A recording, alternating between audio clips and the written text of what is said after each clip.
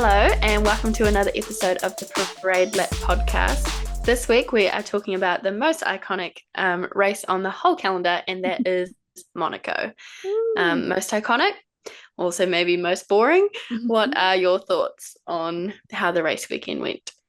Most iconic, most boring. It is the one people get excited about, right? Even I get excited about it. I'm sure you also have it on your bucket list to go watch the Grand Prix at Monaco, right, Sophie? I'm sure Mhm. that's on there. Yep. Same with me, but I did forget how slow a track it is. And then actually, there's not much overtaking that happens, and really it all has to do with qualifying. So on that note, I thought qualifying was really exciting for this race, and I'm sure we'll maybe get into it in our podium. I thought the race itself was, okay. I thought the really interesting thing was this whole new rule that they tried to put in place to try and make the race a bit more exciting.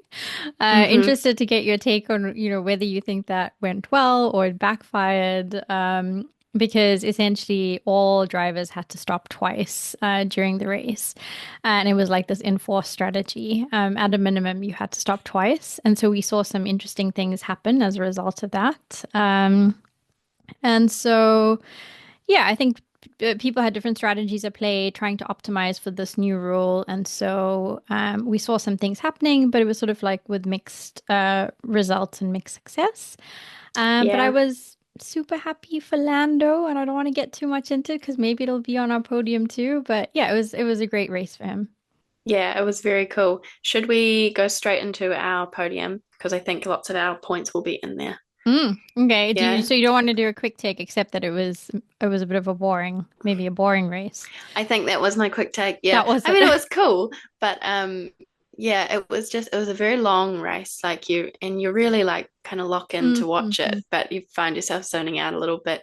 Yeah, but I think when you watch the onboards and like Lando's qualifying lap, in particular, it is amazing just watching them around this track. So it's a shame that the race doesn't translate to being that exciting because like the coverage of it and stuff really is cool. Like it's an amazing track and Yeah. everything. Yep. Um, yeah, but it's just yeah, it's I guess it's more for the spectacle of it than the actual racing. Because if there was passing and stuff, it would be like, oh my God, coolest fun ever. But it doesn't really happen. I know. Yeah, yeah. Yeah. Do Okay. you do you want to do your P3 P3. first? Yes. Let me see what my P3 was. My P3 was actually about George going rogue. So he, at one point in the race, because of these new rules and things that they enforce, some teams capitalized on the strategy by doing a bit of like teamwork. And Mm-hmm. one of those teams was Williams, and sort of the person sitting behind the two Williams drivers was George Russell. And I think he was just really frustrated because part of the strategy was to drive quite slowly to allow, your teammate to pit and hold everybody up. Mm-hmm. And it meant that if you were behind teams that were doing this, you couldn't really like race properly on the track. And so I just loved seeing George, who's usually like plays by the rules, and you see him as somebody who's quite like, Yeah. makes sure he does things to a T. Just like going around the outside, cutting a corner just so that he could get past, I think it was Alex, one of the Yeah. Williams, and so that he could get out in front. And actually, he said afterwards that he could get some racing laps in at Monaco, and not just be stuck behind there. And Mm. he was willing to take the penalty because of that. So I think he ended up with a drive-through penalty. Yeah. But he also said because of it, he had nothing to lose. He was outside of the points anyway. And he ended up, in a way, finishing better by doing that and taking the penalty than what would have happened if he had just stayed behind and let things play out, which shows you how, weird in a way that like strategy or that rule was, because that, by taking the penalty, you still end up in the same thing. But yeah, I thought it was cool. I just thought it was like George saying, "What the hell? I'm gonna go for it, and it doesn't matter if there's a consequence. I'm gonna try something different." Yeah, I think the drive-through penalty was probably more than he was bargaining for. Because when he said, "I'll take the penalty," it was really like the epitome of someone saying, like, "I'll put it in an email, like I'll get to it later." Like that's really what the attitude of it seemed like. Um, yeah, and then to get a drive-through one, I mean, that's like what, 20 seconds, sort Yeah, of essentially, when he was probably thinking it would be like a five 5 second, maybe seconds. Yeah, 10 yeah. added on at the end. So it was quite a harsh one. But also he was like as the head of the what is he, the Grand Prix Drivers Association, as the head of that. Oh no, is Carlos the head of that now?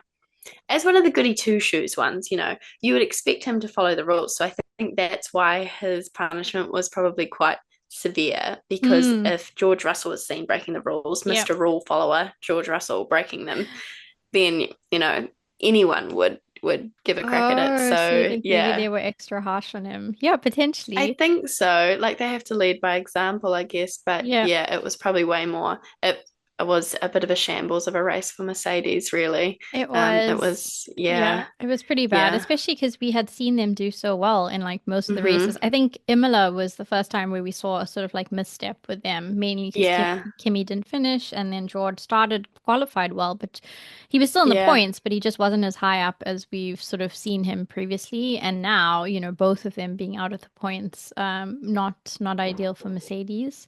Mm, yeah, it Um, wasn't a good, consistent run for them. no, Yeah, it they really wasn't. mucked up the strategy, which might be something that pops up later, but Yeah. they, yeah, completely The only other misjudged what they thing had to do. they did, they did. The only other thing with that I thought was funny was the follow-up. I don't know if you saw it where George Alex was and saying, George. yeah, Alex Yeah. and George, where George was like, dinner's on you, Alex, El Bono, and then Alex posted his photo of obviously the receipts, like, Yeah. that he actually did that. So I thought that was Before quite that too, nice. he Yeah. said, "I'll take you to the drive-through" as a comment on it. That was so good. Yeah. But they're like best friends, aren't they? So they Hmm. were they were really funny to Yeah. watch. So Yeah. That was a good one. that was my P3. What was yours? Nice. My P3, not as much to do with the racing. It was that I really, really loved the McLaren Classic livery for this weekend, Mm. and they're bringing it into Barcelona as well. I just thought it was beautiful. The car looked great. The white suits were lovely. And I really liked that on the podium, they were all wearing white suits. It was just very classy. It was kind of like, mm, if you think of Monaco being like this really elite Mm. race, right? Like it is the glitz and glamour one. I guess it's kind of the equivalent of how Wimbledon is that for the tennis world, that Mm. everyone has to wear white and it's all very classy. So it was, I thought it was really nice. Like it was quite fitting for the scenery. So I just liked it. I just thought it was a nice livery, something special that made them stand out, and like they were going to be at the front. So I think it just worked out really well for them. So it's been one of my favorite liveries, apart from Miami V Carb's pink one. I think this classic McLaren livery is up there in the season for me. So I noticed the white suits, obviously, and I like the way they did even their names on the back and the Yeah, they look like typeface or whatever bridal they things a use. little Yeah, bit. exactly. I also liked their social media that they used Hmm. for this moniker. It was like sort of that grainy kind of like old school Yeah, pictures and it things changed that they, quite a bit. yeah, they did change. Yeah. But I'm embarrassed to say this. I didn't notice the difference with the car. What did they do? Like, The car wasn't hugely different. It was okay. just the numbers were in the font that matched the socials and Ah, the okay, race okay, suits okay, and okay. So it stuff. was I like a think it might have been subtle kind slightly of thing. more papaya. Yeah. There might have been a little bit more color on it. Okay. Yeah, but it was like a nod to the classic like Bruce McLaren one from Monaco. So it Oh, was, very yeah, cool. it was just nice. It was just a full circle nice thing. But when you're working with a brand that's got such a legacy like McLaren obviously does have, there's just so many things you can do that they're always going to come off as a really nice campaign. Like Mm, it's just, it's sentimental, it looks good, and it worked out for them. So I enjoyed that part of it. And yeah, I paid like close attention to how they were doing their social media a little bit different. Because yeah. before I had seen the livery, I noticed like the film cam kind of filter Yeah. on the thing. And I thought, oh, that's weird. They've posted something that's like pixelated. Like how did that happen? But it was Lando and Oscar walking from one half of the screen, which was like modern day, and then they went into the behind the filter.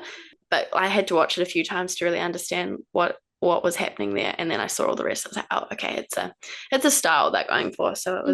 it was nice. But yeah, I just thought that was a nice addition to the weekend, something besides the action that was a detail to focus on. So that was my P3. That is cool. I like that. Yeah, it definitely is something where it just feels more like stylish. That was an interesting P3. Wasn't expecting Something that a one. bit different. Yeah. Exactly. My P2 that I had was it was nice to see the Ferraris sort of competing a bit with the McLarens in this Mm-hmm. race. I say Ferraris, although in the actual race it was just sort of Charles there with the McLarens. But in qualifying, Lewis actually finished P4. So I think it was P2 Mm-hmm. to Charles, P4 for Lewis, and then it was 1 and 3 to Lando and Piastri. And so actually he qualified really well, but then he got a three Mm-hmm. place penalty and had to start at like P7 for the race because of miscommunication on the radio with his team, Mm-hmm. which seems to Awkward. be an ongoing problem. But if it Mm-hmm. hadn't been for that, he would have been P4. So I thought they did well there and was kind of unexpected. We saw them in Imola kind of doing better in shocking qualifying, but a much better race for them with the Ferraris. And so this was like, oh, okay, actually, they're doing better than I expected also in Monaco. And then Charles was just like, he wanted that so badly. I felt that whole race. He was so close to Lando. That gap was so small. I actually Mm-hmm. honestly thought there was a point where, like, I think Max was in front and there was Lando and there was Charles. And I thought maybe he might try something and just try and get ahead somehow. It didn't end up happening, but I think he definitely, Lando kind of felt a bit of pressure from him being there. So, yeah, it was just good to see that they were able to do that. And he ended up getting a podium. So he was second. So that's good. I think it's his second one for the season. And also, when I looked at the constructors' standings after Monaco, obviously you've got McLaren way out in front. But then you've got Mercedes second, Red Bull, and then Ferrari now. And that gap between Red Bull, Mercedes, and Ferrari is not that much. So I think Ferrari's managed with, the points from Lewis and him this race. Because I think Lewis ended up finishing, what was it, P5 in the end? Mm-hmm. Yeah. Yeah, so he didn't do badly. He was racing, he had his own race in a way because there was this huge like 45-second gap or something between Max and him at the end, and I don't actually know why it was there, but he did decently. So with those points, they're sort of back in the action with competing for that second, second slot there. So yeah, I was glad to see that. It was cool to watch Charles, which is something I might mention later. It's hard watching Ferrari with the communication with Lewis. Did you see the thing at the very, very end of the race? This might be Yes, something that pops up as well. I That saw was the that. most awkward thing ever. Where Are he you was like, upset with "Are me? you upset with me or 45 something?" seconds of silence. Oh my Nobody says gosh. anything. Yeah. Was it maybe like they thought they were talking to him and they just didn't click the button? Like, but imagine in a professional setting, someone asks you a question like that and you just blank them. Like it's not something you can do. And the job of the race engineer is to communicate. So yeah, I feel bad for the race engineer because so many people are like, they need to get Bono over from Mercedes, but I think he's quite happy with Kimmy. But yeah, like it's communication is such a huge thing, but it's also a cultural difference and, just like personalities. So it's hard that they're being judged so harshly on that, but you can't just leave someone hanging for a whole lap, basically half a lap. It was the most awkward thing ever. I saw that too, and I was like, "Oh, like you cringe, basically, like, oh no." Yeah, yeah. And you're To right. the I think, point I thought it was maybe edited, that it was like someone yeah. had cut the comms, but it was still, someone would have had to edit it properly because there was still car noises from it. It wasn't, Mm. yeah. Yeah, this Mm. this communication element is like so key. Actually, I Hmm. mean, maybe we can chat about it later, but I'm going to be going to a talk like coming up in the next few weeks where Hmm. there's going to be a guest. I think Ruth. I can't remember what her surname is, but Ruth, one of Ruth the Buscom. Ruth Bascom, that's one, is going to be talking, and it's at a tech event, but she's going to be talking about communication at speed. And so I think it's really relevant, obviously, in racing in F1, but it is Hmm. also so relevant in our day-to-day jobs, and especially in the job that I do in tech, where communication is key. And yeah, if you don't get it right or it doesn't quite click, it doesn't matter what you're doing with everything else because it will let you down. Mm, And so it's going to be interesting to see, okay, this is where they're starting. This is where it is currently. Do we see improvements with this happening? Because they have to find that clicking point. I think we spoke about this when we were yeah, chatting about Imola too. It's like yeah. really, really important. I hope they sort it out or work on it somehow that they, yeah, make improvements because it's such a simple thing that must be affecting performance. Like it Mm. must be if he doesn't understand what's happening or vice versa. So yeah, a hard watch that one. Yeah, just as a little side note. Yeah. Okay. My P2 is I'm very happy that VCarb did well and they got double points. I thought that was just fantastic for both Hadjar and Liam. They qualified well. Hadjar was in P6 and then he finished the race P6. Liam qualified P9 and then he finished P8. So very, very happy for him. But both of them, I think they did really well. They did well in terms of strategy. Like Liam was really playing the team game with the traffic hold up behind him.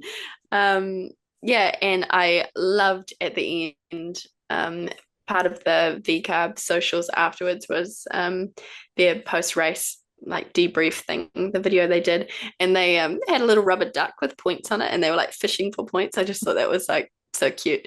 Yeah, so I was really like stoked for them that they did well. And it was just a good weekend for them. It was cool to watch. Yeah, I saw that and I thought you would be happy with it because it was Yeah, Liam's first points for the season, right? So he was able to what a place to do it. I Yeah, know, get on the board and get points. And so I wonder also again what that will do for his confidence. Like obviously finally yeah. like having a sort of like breakthrough with that. Yeah, and I don't know if you're going to pull up this meme or not, but I've seen things where they were like, oh my gosh, V-carb strategy in other races and then V-carb strategy in this race. Like they really focused on it and executed well. Yeah. I thought what was interesting was also the way the drivers responded in their post-race interviews to executing on that strategy in a way compared to Williams, because Williams was Hmm. like very apologetic and like you had Sainz and Alex almost being like, oh no, that's not how we would want to go racing, but we had to do it, even though they both finished in the points, right? And it was within Hmm. the rules.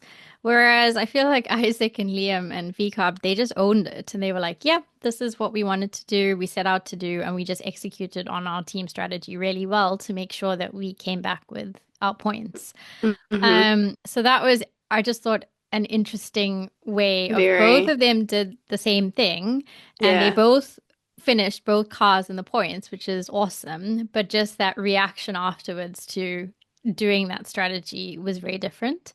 And I like that Isaac also was like very appreciative of Liam as a teammate and said he sort of owed it to him, the fact that he allowed Mm. him to do his two stops quite quickly in the race and by holding the others up. So yeah, it was good. It was nice to see that they were able to do that. Yeah, it was nice to see. Yeah, very, very interesting as well. Comparing it to Williams because yeah, I hadn't put that together yet, but I'd seen the separate Mm. interviews. Yeah, it is interesting. Might just be like a personality thing or like the culture of the team, maybe. I think Williams probably has more of like a gentle parenting kind of environment around them, and Becar's more like, yeah, do a TikTok. Exactly. So maybe that's where that comes in. But yeah, Mm. I thought it was a good race for both of them. So that was Mm. pretty cool. Yeah. Very cool. My P1, I wonder if it's the same as your one, but maybe it's different. Mine Probably was just like, worded slightly differently.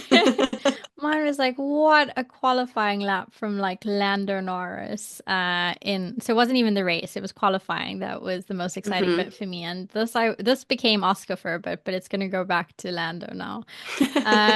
And yeah, he just did so well, and it was such a positive thing to see him get pole in qualifying because it feels like for the past few races that's kind of been like his Achilles heel. Like he just Hmm. hasn't been able to put it together on the Saturday or in qualifying, and then he makes the race very hard for himself. I think we had that meme the last time where Lando's enemy is himself.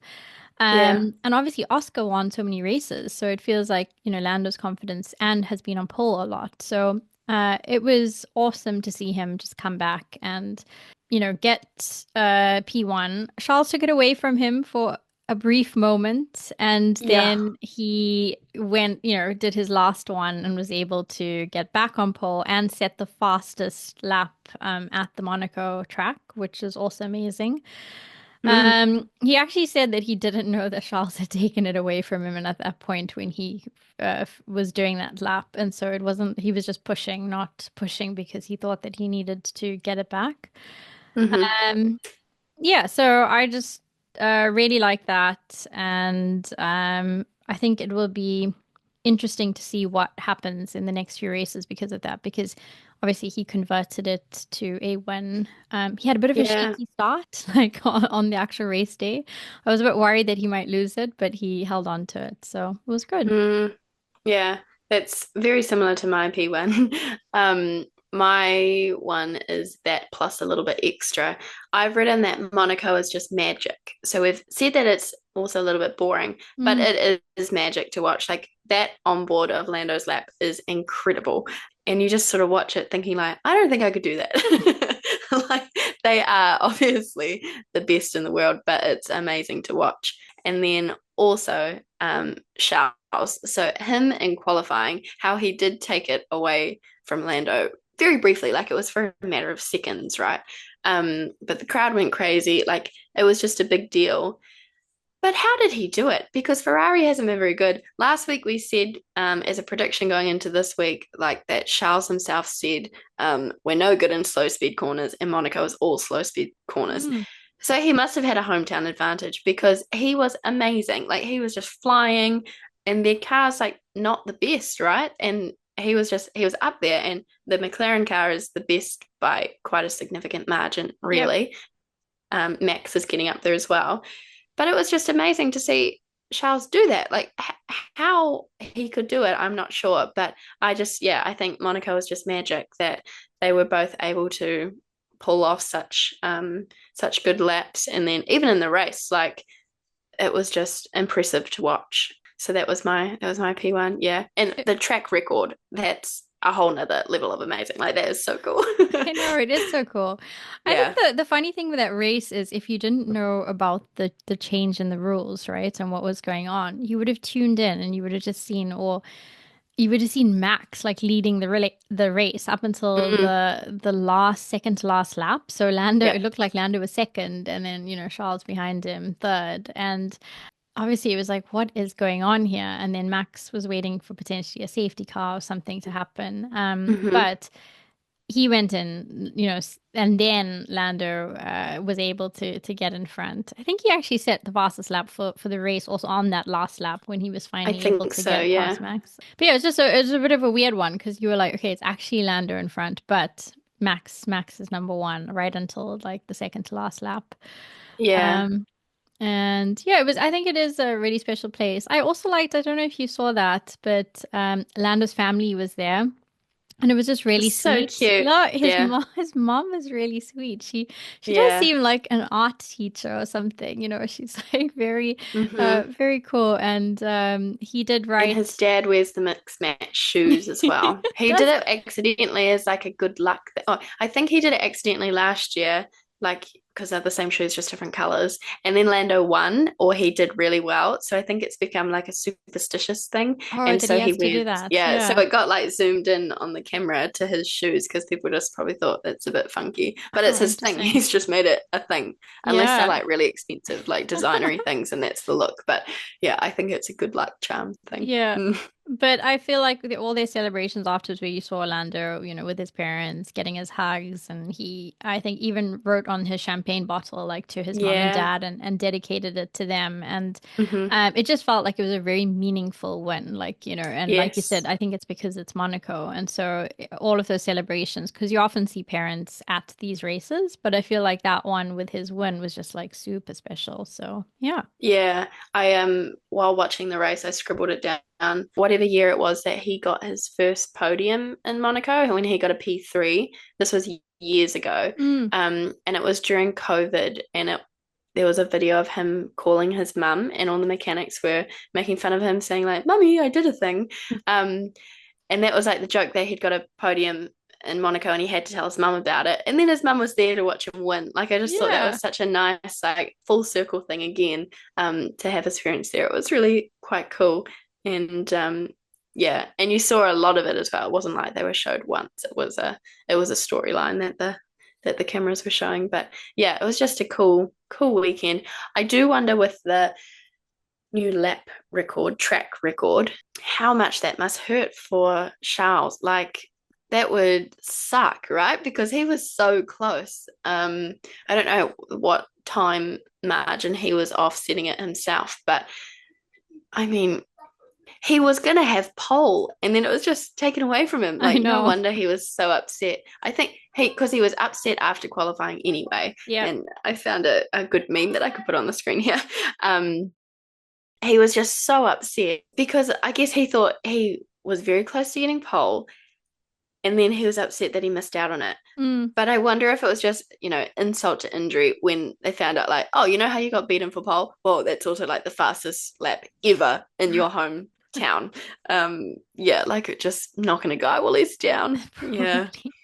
I yeah. do think, I don't know if this helps in any way for him, but Charles has had, like, there was all those memes about all the bad luck he had in Monaco. Like, prior to him obviously winning last year and getting that first win, but he had horrible luck, like, Oh, where it was yes. like DNFs, or he was so close, or it was all this Ferrari Hmm. strategy stuff, and you really felt for him. So I am so glad that he won the race last year. Like, he has Oh, one yeah. win, that he's got that. So obviously he would want to do it again and again, but at least it's like, okay, he's got that one from last year, so he knows that he's done it.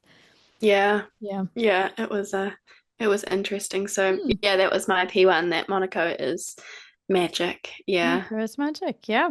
What Um, else do you think about the race? I think I kind of mentioned the other things that I was thinking about, which was how strange it was that obviously Max was leading the race until the last lap, and you Hmm. didn't know, you probably were like, why has he Yeah. gone into the pit lane like one lap before the end? Yeah. That's weird. And then I thought the other funny thing with that, I don't know if you saw it, because they asked the drivers about how they thought the new rule went and what do you think they could do instead if they didn't like it. Yeah. And This is what I have written down. oh, do you have the same thing? And Yeah. Max was like, oh, maybe we should do it like Mario Kart style and like throw banana peels like out the car or Yeah. something to try and I make it actually saw a interesting. video of that happening, What? apparently. What? Yeah, I saw a video today and I don't know if it's like official, but it looked like a banana peel was thrown out at Lando on the last lap, like as he was just finishing, maybe the last quarter of the lap, one of the turns around there, Is something was this flung out on the track. Is this like Yeah. AI generated content or something? I Like don't somebody know. I picking don't up what know. Max said. Okay. It was a video of someone, an F1 podcast person talking Yeah. about it, but um that you can't do that. Like imagine if he had a like, oh, that 300, however fast they're going, and then you slip on a banana, like that could be terrible. But yeah, a little bit Mario Karty. Yeah, the press conference after was quite entertaining. I thought there were just some very honest answers of that they were just bored. Mm, mm. Yeah. My Um, favorite one was George. Did you see what George said about it? Or the sprinkler thing or something. sprinklers. Yeah, Yeah. yeah, And yeah, he did yeah. it in like a real like sales pitchy kind of way. He's like, what everyone needs is a button where you can activate sprinklers at somewhere along the track, and you can do it once over the race weekend Hmm. to basically muck up the other people. Yeah. So that was pretty funny. And someone else said they should have just done it with the Lego cars or something like that. Oh, interesting. Okay, Um, yeah. yeah, but it was interesting listening to them. I don't know if it was Carlos said like it was a bit of a boring race. But George again, he said it's not really a race for us. It's a weekend for other people. And he said like 95% of the people there aren't there to watch the race. Like we're basically just driving around as he didn't say that, but they're basically driving around as background noise for all these like celebrities and So it's like an um event, like you come to it's an Monaco. It's like event. a reason to Yeah. come to Monaco and like Yeah, be it's an there. event Yeah. more than it's a race. Like obviously qualifying is very, very Yeah. entertaining. Yeah. And it might have been George again who said, why don't we just have two qualifying days that like count towards the Mm, points somehow that it's yeah, or even like maybe qualifying and then a sprint race, qualifying and then a sprint mm, race on a Saturday and a Sunday. yeah. That could be more entertaining because the two stop didn't really do what they were hoping it was going to do. Yeah, and No. some people did it like on the first lap, and then it was like, well, that's kind of boring because that means you're going to do like 50 odd laps on one tire, which is, you know, 50 laps just watching someone go. Um, Well, I think it's also like such a long race anyway that's because what of the amount of laps. But that's actually what Hadja said in his one of his interviews. He was like, I think he did both of his pit stops within like 18 laps or within, yeah, within very early in the race. And then he had yeah, about like, I don't know, 60 or 50 to 60 laps ish to do on just that. Now he was done. And he was just, yeah, so there's a little bit of not struggling to stay awake, but you've just got to like keep going and be quite like on it. yeah. Even though there's not much else happening. Yeah, well, they Uh, don't get a rest, do they? There wasn't a safety mm, car or anything. Like no. you're just concentrating for. I don't know how long the race was, but it was what 73 laps or something. So that's a long time to just be in the zone Yeah. and not blinking and things, you know? Yeah, 70 laps, yeah. yeah. So what was that? But on that, so we were talking about Monaco being an event. Didn't you go to Hmm. Monaco, but maybe I not? did. Yeah. Yeah, I did. I've What had was such a that? long week, I sort of almost forgot about it. Yeah. Yeah, so I didn't go to the race, but on the Monday and the Tuesday of race week, I was there in Monaco. Yeah, flew over to Nice and then took a train up just to have a bit of a look around. So it was really cool. I walked the track, sort of in parts. So I'd been to Monaco once before, and like you walk the track as just part of it, but you see like the painted racing stripes and on the curbs and things. This time it was a little bit different because all the fences were up, which was cool. But it was less like a treasure hunt of like trying to find the racetrack because it was just follow the fence. Okay. Yeah, yeah. So that was cool. Yeah, so walked around there and then saw all like the transporter trucks with the team branding and stuff on them that had been dropped off at the docks. Because when you're up in Monaco, like you can see everything. That's So that cool. was quite exciting, like spotting, there's an Alpine truck over there, the Mercedes hospitality had gone up, the Red Bull one was being built or something like that.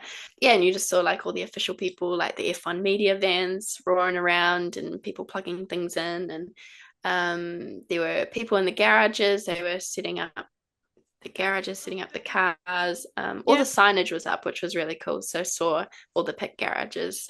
They had big trucks parked in the way because obviously they were still Mm, a work in progress. But it was just amazing to see the scale of things. Like, so I've been to a few races now anyway, and so I've seen the event size. But in Monaco, it was just different because ordinarily it's just an empty space where they've got all the pit buildings and the mm, grandstands. But when you're standing there, it's huge. Like it's just massive. Yeah, because it's like the track and then on another level it's the pit lane. And then surrounding all that is like the hospitality buildings above the pit, and then the grandstand is obviously mm. large. Yeah, they're huge. So it was just cool, just you just felt so tiny, like a super, super small piece of the puzzle, like around you. But yeah, it was really cool. And I just was, sort of fangirling out over all the things of like, oh, this happened here, this is the tunnel, the hairpin and stuff. Yeah, didn't bump into anyone, but Yeah, I was had just a gonna good look ask around. whether you've had some sightings, driver sightings, No, or anything. no, Yeah. but perfectly understandable because if I knew all a bunch of race fans were in well, number one where I live and number two where the event's happening, like I would stay inside as well. I wouldn't just be like out and about Yeah. because that would be so annoying. But yeah, it was really cool. So Nice. it's definitely on my bucket list to go to the event yeah, properly while it's on. But it was just cool to see. Now I've seen Monaco and it's, Mm, in its glory, and then also with all the grandstands and stuff yeah. set up. So it was cool. It was worth it. Yeah. Exciting. I'm Yeah. manifesting, I think that next year we will be at the Monaco Grand Prix I would and love to. Yeah. maybe as part of the Yeah. media or something and interviewing the drivers, and that would be really fun. So It let's would see if be. that happens. Yeah. Yeah. I've Um, got another thing written down here about Mercedes. So you know how we have been saying that they're very consistent in everything. And something you think of Mercedes is that they're very methodical, they're good yeah. at following the rules, as we said with George. They completely forgot that they had to stop twice. How on earth did that happen? I don't know if that was a joke or something, but apparently Toto at the end just said we completely forgot. So yeah, it was like a bit of a mad scramble for them to do that. Did they And really yeah, forget? Because I also saw some memes that said like Mercedes waiting for the safety car or a red flag or something, yeah, just like waiting lap yeah. 10, lap Well, that 20, was lap like Red 50, Bull's lap strategy as 70. well. Yeah. So, Yeah, they were uh, hoping something was going to happen, that a yeah. crash would happen at the back of the field. And Mm, when people were overlapping, that's when you sort of think, oh God, like, because that's when something could happen. mm. Um, yeah, but no, so yeah, I saw that they just, I don't know if that was an official statement or not, but Toto said that they'd like forgotten. No, I don't that feels understand how ridiculous. that Yeah. would happen. Yeah. Yeah, yeah. So maybe they were just doing what like Max was doing, hoping for a red flag. But Yeah, I think yeah, it was an off weekend. it was an off weekend for them. But I think it Hmm. went, I mean, it was qualifying, right? That ended it. So basically, what happened? Kimmy, did he read? I know George's car just like packed up and like they had to push it basically from the Yes. tunnel. Yeah, he stopped in the tunnel. Yeah, and then Kimmy, I can't remember what happened to him, but he was out early. I don't know if that was a car failure or he just made a mistake or something happened. But He started P15. George started P14 and it says DNF next to him. It doesn't say anything yeah, because next to Kimmy. he made it to Q2, and I think Mm, Kimmy was out in maybe Q1, and then so mm, George made it, but then he couldn't complete that because his car just stopped. So maybe that makes mm. sense why they were there. But yeah, I think their qualifying was just so bad, so there was no hope for really the race in a place like Monaco. So yeah, Yeah, was interesting. yeah. Let's see what happens in the next race. But before Mm-hmm. we get there, what is your meme for the week? My meme of the week. So there were quite a few. Let me find it. Oh, this is one that I might put in earlier. It was a picture of Charles looking very sad, and it says champagne without the sham. So it's just him in pain. I feel like you Um, had another one last week though on Imola that was about yeah, Charles being in the orphanage and the children. So the poor guy, he can't catch a yeah. break. Yeah. Well, yeah, my official meme of the week is also about him being sad. And it's going back to the matching white suit. So it's a picture of Oh yeah, Oscar, Lando, and Charles, yeah. and it says when you accidentally type laughy face, straight face, because they're just like happy, Same, happy, same. and then Yeah. he's just sad. Oh no. Um, yeah, so that was my one. But yeah, I've got an ongoing theme of Charles being sad, which isn't good, but you Yeah. do giggle a little bit. Yeah. Next week I'll change it up. He'll do really well next week, and someone else can be the brunt of the memes. Yeah, I've got this one. So there was two, but there's this one that they've made quite a few with them. So I've just put the most, I think, PC one like on our podcast. But there's Hmm. this picture of like Toto up on a balcony of like I don't know the thing of the garage and like pointing at like James Vowles. And Yeah. then he's at the bottom. Also, there's like hand up or something. And it looks like I don't know, it's a heated exchange or something was happening. I don't know what it is. I've seen so many Mm. things filled in as to what they were saying to each other. But then Hmm. there's this one from the Real Housewives where, like she where she's It's like good. pointing or whatever, and then the other like it's a cat or whatever just there. And I was like, Yeah. what's going on? And then there were things being like, oh, it was about the strategy, and the fact that like Williams held up the two Mercedes drivers and Mm. all of that. But I don't know. But I don't know what was going on. I don't have the context to that Yeah, I'm exchange. not really sure. Apparently, James Vowles texted Toto and said, "I'm sorry," like during the race Okay. or immediately after. He just said, like, "Sorry about that." Yeah. Yeah. Because it And is then awkward because they do have a good relationship, don't they? Those teams, the team principals, the drivers, like they all yeah. get on, but yeah, it just sort of worked out that way. And this one kind of highlights it, like when you look at this. But I thought this one was also kind of sweet. But you'll put it on here. But it's this little. Hmm. It's like you can actually With the just sad see. cat. Yeah, with a little sad cat there, with like a Williams. It's got a Williams hat on and a thing, and it's like "Go Williams," like "Go Yeah. Williams." And everybody behind the Williams is like, go Williams, go Williams. And you've Yeah. just got, I think it must be Carlos or Alex, who's just behind the two, like in front of the two Mercedes, and there's just space in front of him. And he's basically Mm, holding up like everybody else behind him. And it's like yeah. they're cheering him on, but he's just like, no, I'm not going any faster than this. Yeah. Yeah. So I thought that was funny. They were pretty good ones. Hopefully, after the next race, that we've got some happier ones. But Mm. yeah, next race Yeah, is where in is it? Barcelona, Okay. the Spanish Grand Prix. What are your thoughts going into that one? The last of the triple header. Lost at the triple header. So I am curious to see what Oscar does because Mm, these two races in the triple header has been Max and then Lando. And I think true. Oscar's actually finished P3, so he hasn't even been second, right? So I Mm, think it was Max and Lando in the one Imola, and now in Monaco it was Lando and Charles, and then Oscar. So he's still on the podium. He's still in the lead of the championship, but only by I think 3 points. And so I'm curious to see what happens. Like, does he pull another win out of the hat, or do we see Lando, for example, getting ahead in the championship mm, and like keeping this momentum with his confidence going?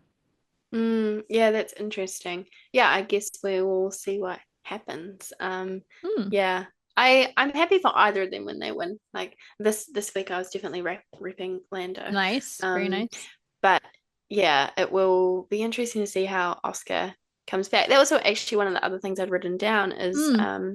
in qualifying, like he hit the wall a lot, and he said Hmm. something like, "I've hit more walls today than I have in my whole career." So it seemed like he was maybe like a little bit off his game, only slightly though, because he obviously still did very well under the circumstances of just how the race went for his teammate and also Charles in front of him. Yeah. So yeah, it will be interesting because yeah, he will bounce back. He's still leading, like he's still had the most wins this season. So yeah, it'll be interesting.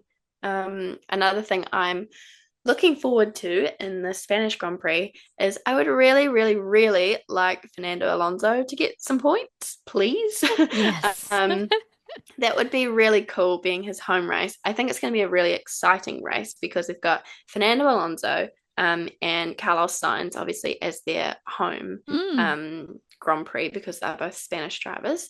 And then we've also got Franco Colapinto. So he will be exciting to watch as well. I just think, in terms of like media, the three of them, I hope they just have a really fun time. And I hope they all get some points to Mm. celebrate that it's yeah, Spanish Grand Prix week. So we'll see what happens, but like fingers crossed. Yeah. We shall see. Yeah, Yeah, I yeah, I am looking forward to it. yeah. Yeah. Nice.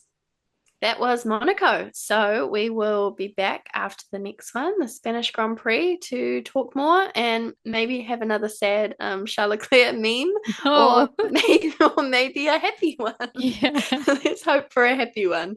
Yeah, but that was Monaco. So we will see you after the next one.